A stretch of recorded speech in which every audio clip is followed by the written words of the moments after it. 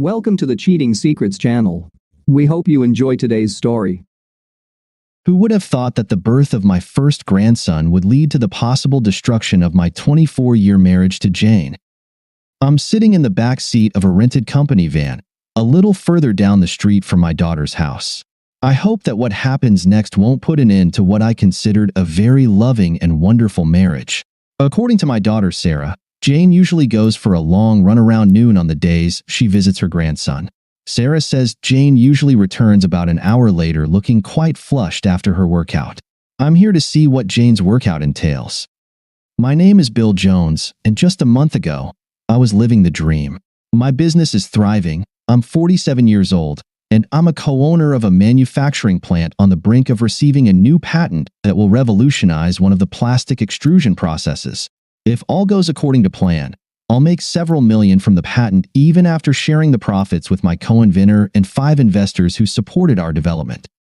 Besides my work, I thought my personal life was everything I could dream of. Like I said, my wife seemed to love me and our life together. We have one child, Sarah, whom we both proudly call our daughter. Sarah met, married, and got pregnant by a wonderful man 10 years her senior right after college. The most amusing thing about Sarah is how effortlessly she became a full-time mother and homemaker. Here's a girl, actually a woman, but she'll always be my girl, who graduated with honors and was determined to take the financial world by storm. Her graduation gift from her mom and me was a 6-week tour of Europe. It was her reward for finishing college in 3 years, saving us a lot of money, picking herself up while most of her peers spent their spring and summer breaks at the beach. Sarah met her future husband in Europe. She claims it was love at first sight, something she hadn't deemed possible before that first evening in Madrid. She also insists it was fate. Jim Taylor hailed from Jane's hometown of Olympia. When Sarah returned from her European tour, she moved into her grandparents' house, Jane's parents, and 6 months later, she was engaged to Jim. 18 months later, she married him and became pregnant with our first grandchild. Jane couldn't have been more thrilled. She immediately cut back her hours at work to spend time with Sarah and the baby. So now you know that my work life is great, and I'm a very happy dad-granddad-father-in-law. That brings us to my marriage with Jane. Jane and I met at Washington University. I was a senior, and Jane transferred here from Washington State. We had classes together, one of those required for a college degree. Jane has been and remains a very attractive woman. She's 170 centimeters tall, has an athletic build, and has been running since high school.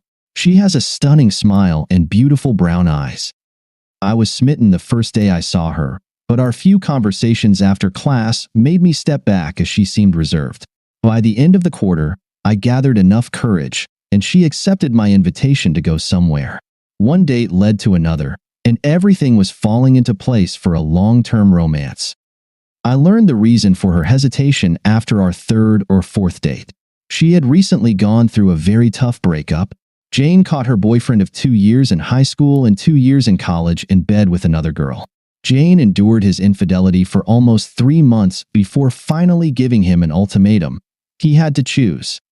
By that time, he was quite cocky and blatantly chose both, suggesting a threesome. Jane had had enough. Shortly after that, she dropped out of school and transferred to the university. I think this led to our second chance at romance. The topic seemed to touch Jane deeply, and she never brought it up again. I'm quite sure that Jane and I had a pretty good marriage and that she was a faithful, loving wife for the next 23 years. Although there were occasional minor disagreements, we never went to bed without resolving these issues and, at the very least, kissing each other goodnight. I never strayed from the path. Of course, I sometimes admired other women, but I never felt tempted to ruin something good by crossing that line. Jane would occasionally catch me ogling a woman at the beach or on the dance floor. She would lightly pat me on the shoulder and say, "Remember, you can look, but not for too long and never touch." She always said it with a smile and a sparkle in her eyes. So, what happened? When Sarah's son William was born, yes, named after me, Jane decided she needed to spend time with Sarah and little Bill, as we call him. Once a week, Jane would get into her car and drive 100 kilometers from our home in North Seattle to Olympia. Mileage-wise, it's not far, But anyone who's driven that stretch knows that the journey from point A to point B takes hours. After a couple of months of back-and-forth trips on the same day, and as winter approached, Sarah bought a sleeper sofa and placed it in their office so Jane could stay overnight. Jane could head south in the morning on the first day and be back home before rush hour on the second. I used the evenings when Jane wasn't home to work on the patent. This new routine worked so well that Jane continued to stay overnight in Olympia even after the weather improved the following spring. On Saturday, June 27th, little Bill had his first birthday. Sarah and Jim planned to throw a party in the bar in their large backyard to celebrate the occasion. During the picnic, two minor incidents occurred, and both played their part in piecing together the fragments of this mystery. I sat in a comfortable lounge chair, sipping cold beer, when Jim and Sarah joined me. They noticed me staring at Jane. Jim spoke first. "You're a lucky man, Dad. I must admit, I followed my father's advice and looked at Sarah's mother to see what my future wife would look like at 40 before proposing." Sarah patted him on the shoulder, just as her mom always did to me. "You're a pig. I can't believe you'd say that. What if my mom wasn't such a babe? Would you have dumped me?" I tried to save Jim. "It's true, Sarah. I did the same. Just one look at your grandma convinced me your mom was an angel." With those words, Sarah hit me on the shoulder. "All right, Dad, but what are us girls supposed to do? Look at our dads?" "In that case, I prefer admiring the shiny bald spot." The three of us glanced over at Jim's father working in the bar and laughed. Jim's dad is a great guy and handsome, but he's dealing with male pattern baldness, trying to grow out and comb over his hair. Right now, the wind was blowing it, and he looked like a future president. "Well, anyway, you're right, Jim. I'm a lucky guy. How many men are married to a 45-year-old woman with the body of a 30-year-old? Sarah replied, "She must be in great shape, considering how much she runs. Every day she's here. Mom heads out at noon and spends at least an hour running to the waterfront and back. I don't know how she does it." "Yeah, she runs at home at least 4 days a week. Once or twice a week, I join her outside, and she pushes me hard. She runs 6 kilometers at a 7-minute pace. I think this fall she's going to try a half marathon. You have to give her credit." Around this time, Jeff, Jim's father, gathered everyone and started serving corn on the cob grilled in its husk and burgers, including some amazingly tasty veggie burgers. The first ones I've ever had. I sat with Jeff and Jim. We compared work notes. Jeff had a restaurant supply business, and he was grooming Jim to take it over when it's time for him to retire in 10 years or so. After eating, I went inside to get a couple of beers for the three of us, and just as I was about to step out through the door into the backyard, something caught my attention inside the house behind Jim and Sarah. I took a step back into the house and focused my gaze. Sure enough, Jim and Sarah's neighbor from the backyard was standing by the window on the upper floor, peering into our yard through binoculars.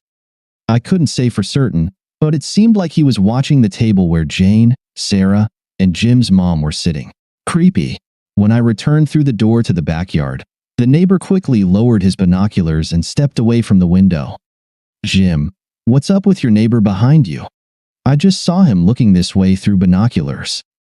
Both Jim and Jeff grabbed their beers and looked at me as if to ask, "What the hell?" "That's Alan Ross. He's actually a sales rep for one of our main suppliers, and this guy gives me the creeps. Last year, we had a neighborhood watch party, and even though he doesn't live in our neighborhood, he showed up. It struck everyone as a bit odd. I've caught him staring at Sarah more than once, so I approached him and talked to him. He obviously recognized me, was surprised we were neighbors, and apologized. He said Sarah reminded him of someone he knew from high school. I let it go, but it was weird. Well, I hope you keep the curtains in your back bedroom closed. What an idiot. But something about this rang a bell in my head.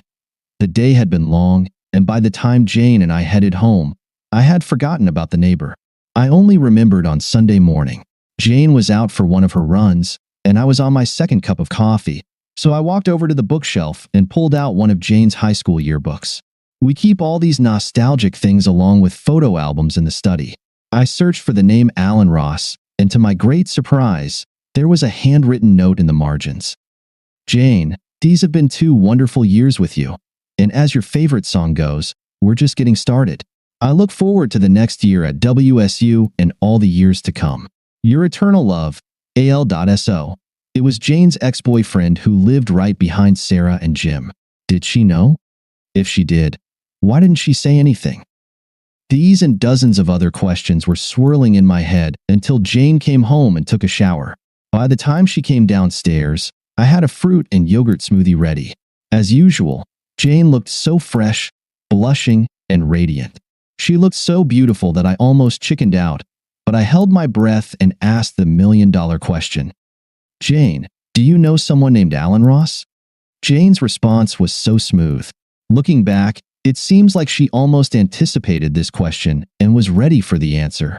I knew Alan Ross in high school. We even dated for a while. Why do you ask? Jane's answer caught me off guard, and I decided to play out the rest of the hand openly. He lives behind Sarah and Jim. When Jim noticed Ross looking at Sarah, he called him out, and Ross said she reminded him of a girl he knew in high school.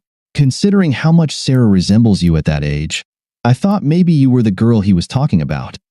It's possible, but why bring it up? Did something happen? Actually, no, but I thought I saw him watching us yesterday from his house.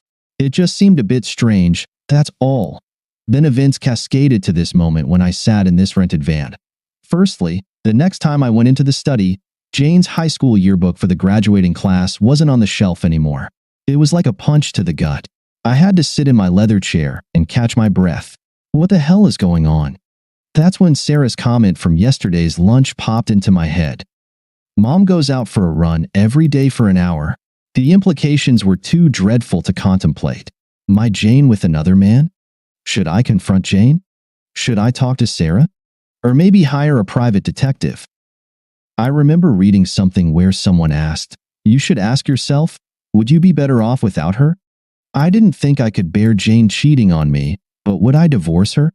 I couldn't answer that question that evening, especially with the scarce information I had. I went upstairs, took a sleeping pill, and went to bed. I don't even remember if I kissed Jane goodnight, but I must have, because she didn't mention it at breakfast on Monday. The next 2 days at work were too hectic to think about my personal problems. Our investors were in town on Monday and Tuesday to finalize our patent progress schedule. It would have been impossible to answer their questions and at the same time try to devise a plan related to my marriage. I would have enough time once the investors left on Tuesday afternoon. I accepted that and got to work. Closer to Tuesday evening, I dropped off the investors in Cetus. On my way home, I called Jane on her mobile. She was spending Tuesday and Wednesday at Sarah's. When Jane didn't answer my calls, I called Sarah. Sarah, I've been trying to reach your mom, but she's not picking up. Is she there? No, Dad. Mom went to Cindy Sullivan's tonight. I think she's Mom's former classmate. Interesting, she never mentioned her before. Is a party at Cindy's a regular thing? Not really. It's irregular. Maybe once every few weeks she goes and meets someone she knew when she lived here. Usually, she's back home by 10, unless she has too much wine and stays overnight. Mom says it's always nice to get together with the women she grew up with. She says she still feels closer to the girls from our small town than to the women in Seattle. Living here in Olympia for the last 3 years, I can understand her point of view. Yeah, it's a shame that your mom never really liked Nordstrom fans. She always felt more comfortable in jeans and boots. Maybe when I retire, we can make that happen. Do it sooner, Dad. Jim and I are planning on having more kids, and it would be great if all 4 of their grandparents lived nearby. Sarah, you never cease to amaze me. I never imagined my little go-getter would be talking about having a bunch of kids. Just found the man of my dreams and discovered that I enjoy being a mom. You and Mom can take a big part of the blame for that. All right, Sarah, I'm hitting the road now. It's a good night tonight, and I think I'll jump on the Harley and take a long ride this evening. Let your mom know I won't be answering calls because I'll be on the motorcycle. Good night. Good night, Dad. Ride safely. It was a good night for a ride, and I had a destination in mind for tonight's evening trip. By the time I arrived at Alan Ross's house, it was already dark.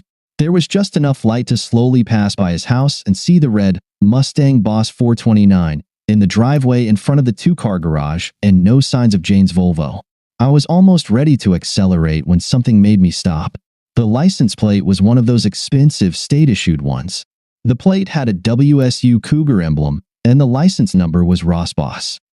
Why would a guy park his expensive sports car in the driveway instead of the garage? I rode down the street for about a block and a half to the school. In front of it was one of those roundabouts for school buses. I parked the motorcycle and pretended to be working on the Harley, just in case. I took off the seat. I kept an eye on Ross's house, pretending to be distracted. Unfortunately, that didn't work either. Olympia is still a small enough town for a guy on a motorcycle to attract attention. About half an hour later, a police car pulled up nearby. Need anything? Not really, but thanks for asking, officer. I thought I might have a short circuit in the electrical system, but it turns out the last mechanic didn't tighten the negative wire on the battery. I'm just finishing up and will be leaving in about 10 minutes. I tried to look the officer in the eyes as we chatted. What will you do if that doesn't fix it? My daughter and her husband live on 3rd. I'll just ride over there. But I think I've got it sorted out. Thanks again. The police officer left, but I saw him driving a few streets further as I put on my helmet. The motorcycle was running, and the headlights were on, so he left me alone. It was already very dark, and Ross's Mustang wasn't moving. The next step promised to be difficult, and perhaps more than awkward if I made a mistake and got caught. I headed towards Ross's house at a decent speed, enough to kill the engine and pull up to the front of his house. I parked the motorcycle, dashed up the driveway, and had to tiptoe to peer inside the garage through the windows at the top of the garage door. On the right was a Mercedes S-Class convertible, and on the left was my wife's Volvo. I don't know how I did it. Maybe the past 3 days made me believe I would find exactly what I found, and it wasn't such a big surprise. But I had enough nerve to go back to the Harley, start it up, and bowled off like a bat out of hell. I rode for 20 minutes, pulled into a tavern near the military base, and pulled out my cell phone. This time Jane answered. Bill. Sarah said you were out riding today. Are you home? Almost. How about you? What's on your mind? I'm at Cindy Sullivan's. She's an old friend from elementary and high school. I think I'll end up spending the night here. I had a couple of glasses of wine and seems like I went overboard. I feel okay, just don't want to take any risks. That's a good idea. Listen, I needed to talk to you tonight because the meeting with investors ran into a couple of issues. I'm flying out tomorrow and won't be back until everything is sorted out. Sorry for dropping this on you last minute. Oh, Bill, I'll miss you. If you won't be in town, is it okay if I stay here in Olympia until you return? You know how much I hate being home alone. No, go ahead and stay with Sarah. I'll let you know before I fly back home. It should be no later than Saturday. Take care. Goodbye, Bill. I love you. Damn, why did she have to go and say that? It just made her betrayal worse. Of course, I wasn't actually planning on leaving town. I just didn't want to deal with Jane while I sorted out the rest of my life. I drove home, trying to see through blurred eyes. I don't think I'm weak, but I'm not ashamed to admit that a few tears fell and a string of curses escaped my lips as I thought about 25 years spent with a woman I loved more than myself, the mother of my daughter, and the grandmother of our beautiful grandson. I wondered if my life would ever be happy again. On Wednesday, I called my business partner, explained the situation, and told him I wouldn't be around for a few days. He was understanding and offered the usual condolences, but deep down, he was probably thinking about how it would affect our deal. I can't blame him if that's what was on his mind. We were so close to building a small fortune together, and here I am dumping it all on him. Next, a call to our lawyer for a recommendation on a divorce attorney, making sure he knows it has to be a very good lawyer, maybe the best. I wouldn't want to split millions with a cheating whore who might end up with a jerk spending my money on cars and whatnot. The lawyer I was referred to understood the urgency of the situation and agreed to meet with me that same evening in his office. He was upfront about it. I could count on paying him a substantial fee for the meeting outside of business hours to clear his schedule and expedite the document processing, but he assured me it would be worth my money. I checked into a local hotel, just in case she was talking to the neighbor, and called Jane at noon. Of course, she didn't answer. Whether she was running away or jumping on Ross's bones at that moment didn't matter. I just wanted to avoid any conversation. I left her a message saying I'd be busy with meetings, but would call her in the evening. When I met with the lawyer that evening, he took charge of everything. Obviously, he had dealt with similar situations before. He listened to my tale of woe and my desire to move forward without risking my scalp.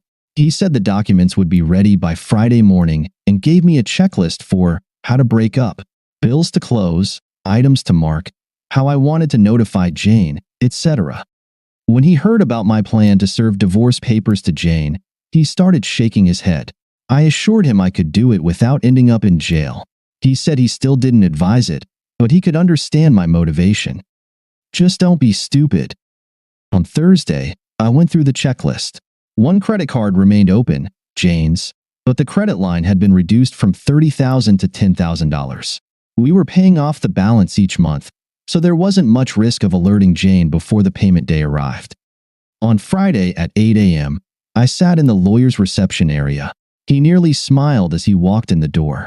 He went straight to his desk and handed me an envelope with my name on it. I signed where I needed to, and as I was leaving, he reminded me, "Remember, I said don't be a fool." Heading south to Olympia, I stopped by a car rental office in Citas and left in a white service van. Now I'm sitting a block away from Alan Ross's house, on the far side from the school. I didn't want to be mistaken for a creep, waiting for the day when my marriage would finally crumble for good. At 11:45, Jane emerges from around the corner dressed in athletic wear.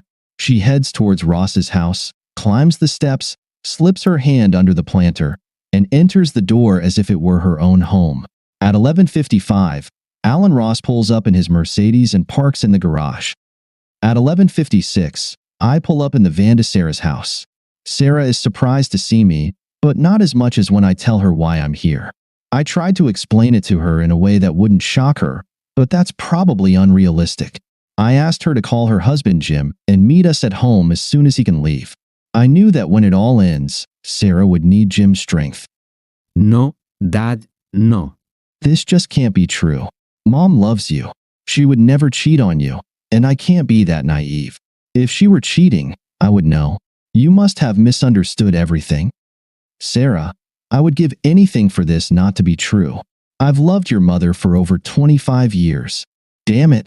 We were planning to celebrate our 25th anniversary next year. But let me tell you what I saw. I told Sarah all the evidence I had at that moment. Sarah still refused to believe. We took Little Bill out of his crib, drove Sarah's car with Little Bill in his car seat around the corner, and parked in front of Alan Ross's house. Sarah stayed in the car, and I walked up to the front door with an envelope made of thick paper. I had to call and knock before that jerk in a robe opened the door.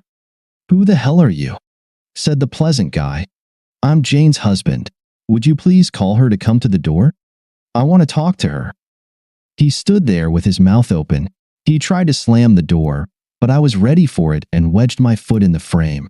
It hurt like hell, but I kept the door open. I pushed it open with my shoulder and shouted inside, "Jane, come here right now." Ross kept pushing against the door, but it didn't help him because now my torso was in the way. I kept shouting for Jane to come to the door. I don't know how, but I kept my cool and didn't threaten Ross or Jane, but I kept shouting for her to come to the door. When Jane finally appeared, she was in her workout clothes again. I suppose she was naked when Ross opened the door. She had the frightened look in her eyes that I loved. "Bill, what's going on? Why are you here?" "This isn't the real question, Jane. The real question is, why are you here?" I took the opportunity to grab Ross by the robe's collar and open it wide. Underneath, he was, of course, naked. That moment, Jane was looking past me. The three of us were still standing at the doorway. I turned around and saw what Jane was staring at. Sarah had gotten out of her car and was witnessing the whole episode. "Did you really have to bring our daughter here?" That bitch was angry at me. No, she wanted to come because she said her mother couldn't have possibly cheated on our marriage. She was eager to prove that all of this was just my imagination. And you can be angry at me all you want, but I didn't cook up this mess, you did. I was starting to lose my temper, so I needed to back off immediately. I handed Jane a thick paper envelope. She touched it as if I had handed her a live grenade, only in my dreams. "I'll stay with Jim and Sarah for the night. You can stay with your long-lost guy. Read the documents, hire a lawyer, and don't come back home until you understand what's in those papers and can comply with the terms. I'll ask Jim to bring your suitcase and personal belongings from their house. I don't know what Sarah and Jim are going to do next. It's their decision, but you and I are getting divorced. Goodbye, Jane." I turned and walked away. It seemed like I heard Jane cry out, but Ross slammed the door too loudly to be sure. "Father, I'm so sorry. You should take us back home. I don't think I can handle this." Sarah practically collapsed into my arms as I opened the passenger door for her. Although my life was terrible from that moment on and in the following months, I don't think it compares to how much worse it was for Jane. Jim was shocked when he heard about Jane and Alan Ross. He was so angry that for several months, he refused to let Jane into their home or allow her to see her grandchild. Sarah didn't argue with Jim. If Jim was angry, Sarah was furious. I was at their house when Jane called Sarah to talk. Sarah essentially called her own mother everything but a crap and told Jane that she might never forgive her for breaking her father's heart. Ross lost Taylor's account and, thanks to a call from Jeff Taylor to Ross's boss, ultimately lost his job. Ross blamed Jane for his misfortune and ended up kicking her out of his house. Jane moved in with her parents. Later, Sarah told me that Jane's parents were unhappy with the situation, but understood that Jane didn't have many alternatives until the divorce and financial settlement were finalized. The divorce was finalized within 6 months. My legal team made sure that Jane didn't get anything from the patent sale. They managed to protect almost all the money because the patent was sold to a foreign company, and my share was placed in an offshore trust. Don't ask me how. All I know is that it cost me a 6-figure sum to make it all work, but it kept the money from falling into Jane's hands. She did get a lot, though. Half of the sale of our house, half of our savings, but far from millions. Soon after the divorce, I did receive a letter from Jane, but it didn't explain why she cheated. Perhaps her justifications made sense to her, but not to me. It contained the usual excuses: an empty nest, loneliness, the need for closeness with Ross, even after so many years. What the letter didn't explain was why she jeopardized what I considered a great marriage, only for such crappy reasons. Jane didn't handle her new reality well. The divorce, parting with Sarah and Bill Jr., and finally, breaking up with Ross again. Her behavior became erratic. She started drinking and continued to spiral downhill. Eventually, Jane went to rehab at her parents' insistence. I suppose most jilted husbands would take some satisfaction in seeing their ex-wife who cheated getting what she deserved, and there are moments when a slight smile creeps onto my lips at the thought of her suffering. But let's face the truth. I loved this woman for so many years. I tried to shield her from pain for so long. How could I just stop caring about her? I thank God for the support I received from my children. Maybe I felt uneasy because I destroyed my ex-wife, but I had no guilt about what I did to Ross. I laughed at a couple of Jim's actions even after his father fired Ross. One evening, Jim peeked over the fence and saw Ross having fun with a young woman. Jim walked over to the fence, beckoned the woman over, and started asking her what it was like to be with a guy who slept with a married woman and then dumped her when she needed him.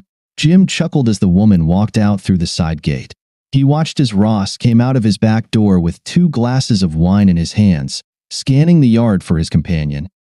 Jim did the same thing a few weeks later when Ross was entertaining a group of friends in his backyard. Jim stood by the fence and asked the group what they thought of their scumbag friend. But the final straw for Ross came a month later when I was helping the kids move into their new home. Sarah had to leave Ross, and they needed a bigger place since Sarah was pregnant again. Ross was in the backyard mowing his lawn. I told Jim to wait a couple of minutes, then start recording the scene on his smartphone, but to make sure to cover the microphone with his thumb. I hopped over the fence and started talking quietly to Ross. I said a few things to rile him up. Ross was so angry that he took the bait. Jim captured it on video. I stood there with my hands down by my sides when Ross threw the first punch. I was ready for it and bent down enough to only catch a jab. My first punch from a turn hit Ross right in the nose. The sound of crunching in his nose and the sight of blood made my heart beat faster. The second punch landed square on Ross's solar plexus. Ross doubled over, and he began to retch. I had to step back quickly to avoid getting my shoes dirty with his bile. As he bent over, heaving, I grabbed him by the ear, twisted him toward hell, and whispered, "You won't be so lucky next time. Next time, you'll get seriously hurt." Ross was still bent over when I walked out of his yard through the front gate. Somehow, his Mercedes started up. Childish, I know, but it just seemed right at the time. That I immediately went to the police station with Jim. My story was that Ross invited me to his yard. I thought it was to apologize, but when I got there, Ross swung at me, and I was just defending myself. Jim showed the cops his recording, and under oath, I filed a complaint for assault. A few hours later, Ross came out of the emergency room and headed to the police station to file a complaint against me under oath. The whole episode boiled down to a he said, she said, and in the end, I walked out of the courthouse scot-free. It's funny, not haha funny. I've believed in the philosophy of win-win throughout my entire career. I always look for a way for both sides of a contract to leave the room in good spirits. There's nothing guaranteed in divorce, at least nothing I could point to. It's definitely a losing scenario, no matter how strongly you accuse your former cheating spouse. It's been 2 years since that awful day I sat in a rental van. I wish I could say I'd met a 30-year-old bikini model who loved sex and swore me eternal love and fidelity, but we all know life isn't like that. I had 24 wonderful years with a woman I loved with all my heart. I have 2 wonderful children. Yes, I consider Jim my son, and now 2 grandchildren. Financially, I'm in great shape. You know how many men get taken advantage of by the system and end up living in a 1-bedroom apartment, supporting their cheating ex-wife? Too many, but at least that's not my fate. No, I have enough money to live comfortably and even travel. Currently, I'm spending a month touring Italy.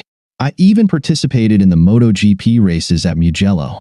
But when I sit and drink espresso outside a cafe in Florence, I have to hold back tears.